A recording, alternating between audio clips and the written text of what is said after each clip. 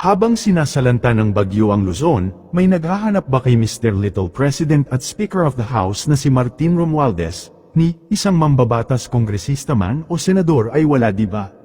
Nasa Spain daw kasi ito, at nasa bakasyon dahil nakita sa social media na nasa polo tournament ito ng kanyang anak.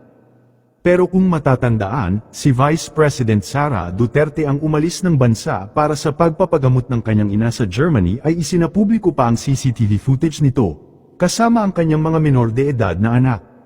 Marahil nagugulat ang iba na nasa Spain si Martin Romualdez during Enteng, bago manalasa ang bagyong Yolanda sa mismong lugar niya sa Leyte ay lumabas na siya ng bansa. At hindi man lang nanatili sa Leyte sa panahon ng pagdadalamhati ng Yolanda victims, lumilipad-lipad lang papasok at palabas ng Pilipinas.